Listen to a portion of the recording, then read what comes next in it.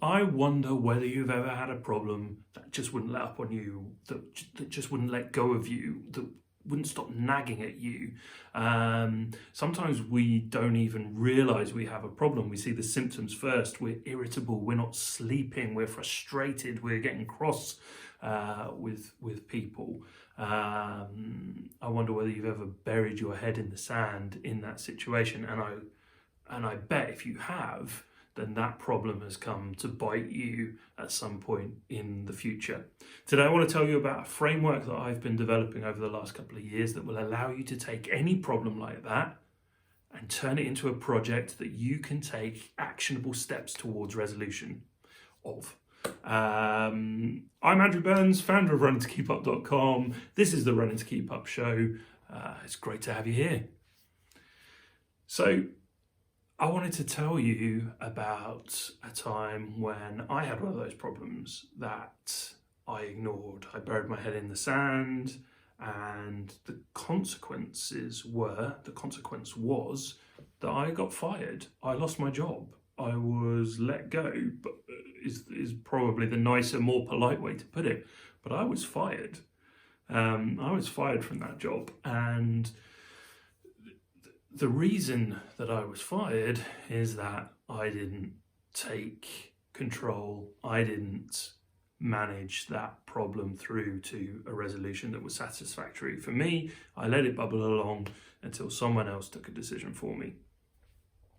And I remember that. I remember the kind of morning of that meeting. So I got a message, text message the previous evening inviting me to a meeting at the office, and I thought, okay, this can't be good. But the previous day I'd had a meeting with my boss and we'd cleared the air, and so I thought it was all going to be fine. But what I came to realize was that clearing of the air, I had left it too late. So yeah, I got this message asking me to come into the office. I think the meeting was about 10:30 in the morning. So I started work as I normally do the following day around 8. And even though there was part of me that suspected what was coming, I was still trying to do a good job for them. I was still being diligent and I was still trying to get my work done. And so I was trying to send emails for the couple of hours before this meeting was due to start. And I realized that I had been locked out of all of my accounts, and that is how I discovered I was losing my job. And then I went to the meeting and was told that it wasn't working and that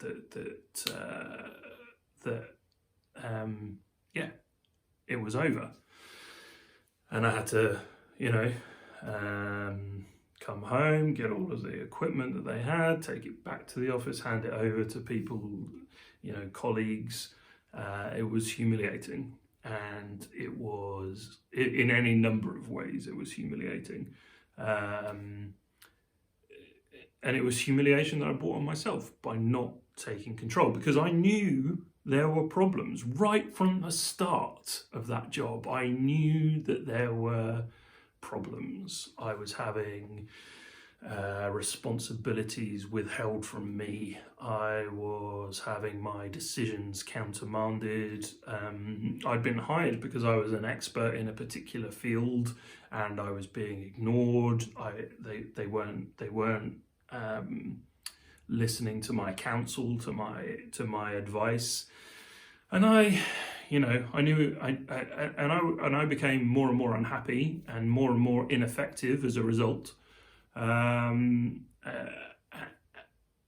But I shrugged it off. I put it down to teething problems. I put it down to personality clashes, that we just hadn't figured out how to work together yet. And all the time, this thing was spiraling to one inevitable outcome, that this wasn't the job for me. And what I should have been doing at that point is figuring a way out. But I didn't want to give up on this job. I'd left another job that I really loved for this one. I didn't want to admit defeat. I didn't want to look like a failure. I and so I avoided taking the inevitable action, which was to look for another job, to the point where that decision was made for me. And as I say, humiliation was heaped on me by my own hand, really. And I vowed that I was never going to allow that to happen to me again. I was going to take action, recognize when I had a problem, work to resolve that problem, and make sure that the resolution of that problem was in my own hands. If humiliation was going to be heaped on me, it wasn't going to be my own doing again. So I wonder whether you have ever had a problem like that where it's just got out of your control. I wonder whether you have something right now that's nagging at you that you could just grab by the scruff of the neck and do something about and change. I'm going to tell you how to do that. So the first step is we need to define our problem. We need to name it. We need to tell ourselves what the problem actually is. Because as I said right at the start, sometimes we just get the symptoms. Sometimes we're just getting the irritability and the sleepless nights and the kind of snapping at the kids or your loved ones. Sometimes those things tell you that there's something deeper for you. So, and the reality is, what it is. So define it, figure out what the problem is, put a name on it, put a label on it, and now you've got something that you can work on. That sounds kind of trivial, but it's a massive step. It is a massive step to being able to say, I have a problem here and this is what the problem is. Once you've done that, what you need to do is make a decision about what resolved looks like. When is this problem going to be gone? What needs to happen to get this problem out of your way? When are you going to be happy that you don't need to work on this thing anymore? Sometimes we need a dose of reality here. So in my job situation, for example, one outcome could have been that the board of that company was fired and I was put in sole control. Well, that probably wasn't going to happen. The reality was that I needed to look for another job. This job wasn't for me. For whatever reason, we weren't going to be able to work together. I needed to look for another job. But looking for another job isn't the outcome, is it? Getting another job is the outcome. So we've got to be that specific, that clear. The reason that we've got to be that clear is we've got to know when it's done. If my resolution is look for another job, that's kind of open-ended and kind of wishy-washy, and I might not take action on it.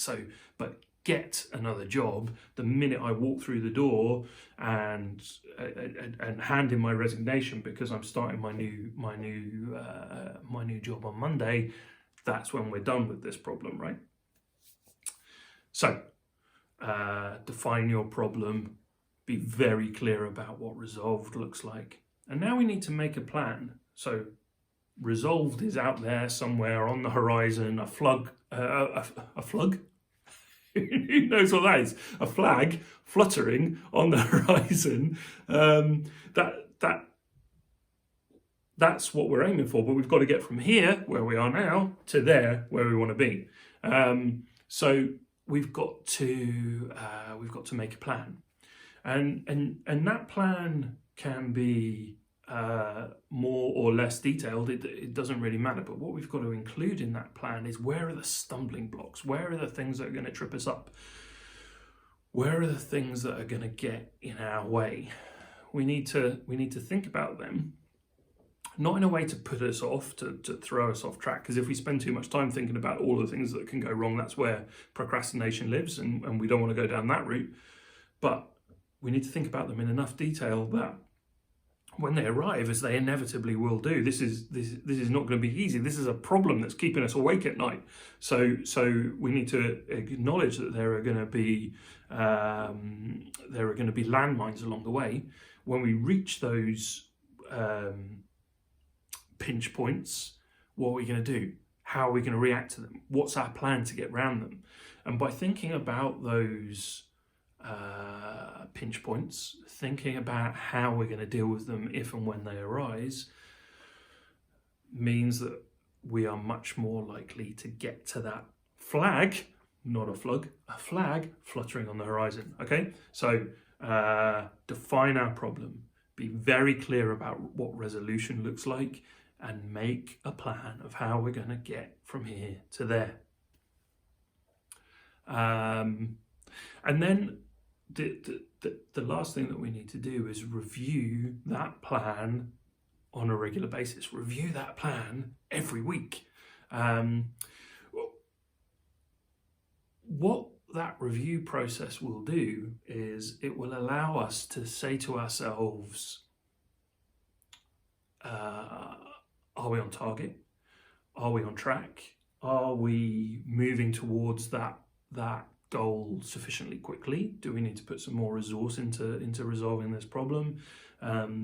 Is the problem that I resolved actually the problem, or was there something else hiding beyond the horizon that we weren't able to recognize? You know, it enables us to course correct. Some people resist the review process. Some people think to themselves, well, I didn't really do anything this week, so there's nothing to review, so they don't do the review. Or they were like, I was on it, I was hot, I know exactly where I'm going, I don't need to review this week. Or, you know, so either of those extremes could cause you not to do the review, to resist the review process. What I'm going to tell you to do is, whether you have a great week or a terrible week, or somewhere in between, do that review come what may. That habit of looking at where you're at, assessing your progress, even if there's been no progress, or even if it's been exceptional progress, that assessment is going to be what drives you towards your goal, what allows you to build momentum towards your goal, what gets you to the goal, what gets you to the resolution of the problem that's been keeping you awake at night. So yeah, don't skip the review. It's really important. I talk about that a lot in lots of these videos, and I can't stress it enough. Don't skip the review. The review is key. So there you have it. It really is that easy. There's a problem on your mind. It is nagging away at you. It will not let you go. It's keeping you awake at night. It is causing you frustration. It is making you snap at the people that you love. Take control of it. Define what that problem is. Be very clear about what resolution looks like. Make a plan, including how you're going to deal with any stumbling blocks along the way, and review regularly to make sure that you're on track, that you've got that goal in your sights, and that you're moving towards it every week. And then, pretty quickly, your problem will be resolved, and you won't find yourself, like me, called into your boss's office at 10:30 on a Tuesday morning to hear that you were no longer required. Don't be like me. Take control, define your problem, and let's get it sorted. Hey my friend, thank you so much for taking the time to watch this video. I really appreciate you. I really appreciate you taking the time to spend your personal development time watching this video. If you found some value here, what I would ask you to do is subscribe to the channel. Turn on notifications so that I can tell you the next time that I post a video here, and drop me a comment below. It's your comments that really keep me on my toes, that direct where these next videos are going to be, and I love hearing from you. So let me know what you think and what you're struggling with, and let's see if together we can get you moving forward to be the most effective version of you that you can be. Thanks everyone.